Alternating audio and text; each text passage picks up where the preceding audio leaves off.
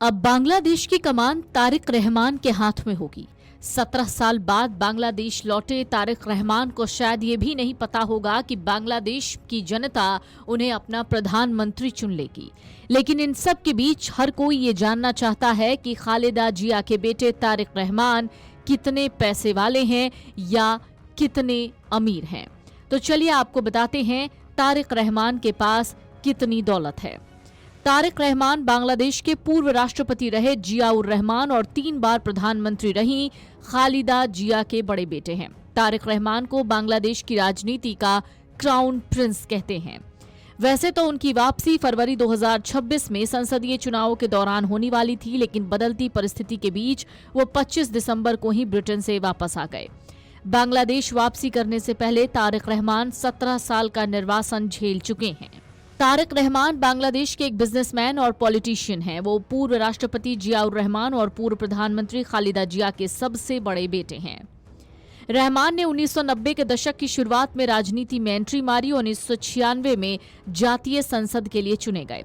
अगर बात रहमान की कुल संपत्ति की करें तो कई हजार करोड़ टका दौलत के मालिक हैं। बांग्लादेश में जो करेंसी चलती है वो टका है। बांग्लादेशी मीडिया रिपोर्ट के मुताबिक तारिक बांग्लादेश के तीसरे सबसे बड़े अमीर कारोबारी हैं। उनकी नेटवर्थ लगभग 1.7 अरब डॉलर होने का अनुमान है।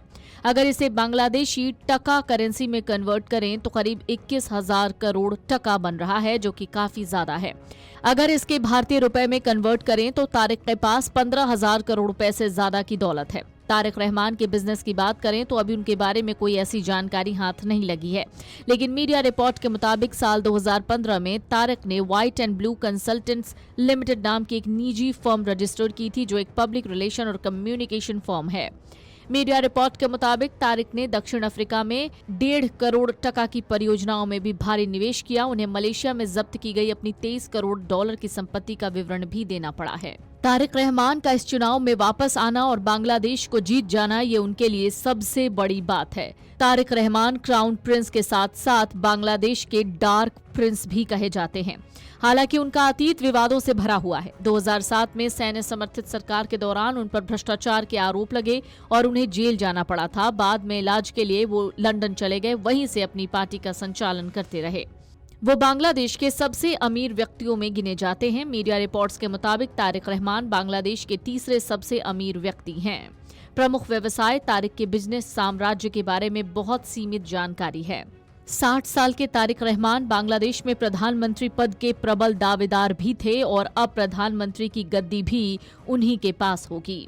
बीएनपी की पुरानी सरकारों में भारत के अनुभव बहुत सुखद नहीं है, लेकिन ऐसे में इस बात की भी खूब चर्चा हो रही है कि आखिरकार तारिक रहमान के पीएम बनने के बाद भारत पर इसका क्या असर होगा। बीएनपी की पुरानी सरकारों में भारत के अनुभव बहुत सुखद नहीं है, फिर भी किसी भी स्थिति में तारिक रहमान की पार्टी जमात इस्लामी से बेहतर होगी। जमात इस्लामी का वैचारिक झुकाव लंबे समय से पाकिस्तान समर्थक राजनीति और इस्लामी कट्टरपंथी धाराओं की तरफ माना जाता रहा। अगर उसे स्पष्ट बहुमत मिलता तो भारत की पूर्वोत्तर सीमाओं पर अस्थिरता, कट्टरपंथी नेटवर्क की सक्रियता और सीमा पार घुसपैठ जैसी चिंताएं बढ़ सकती थीं।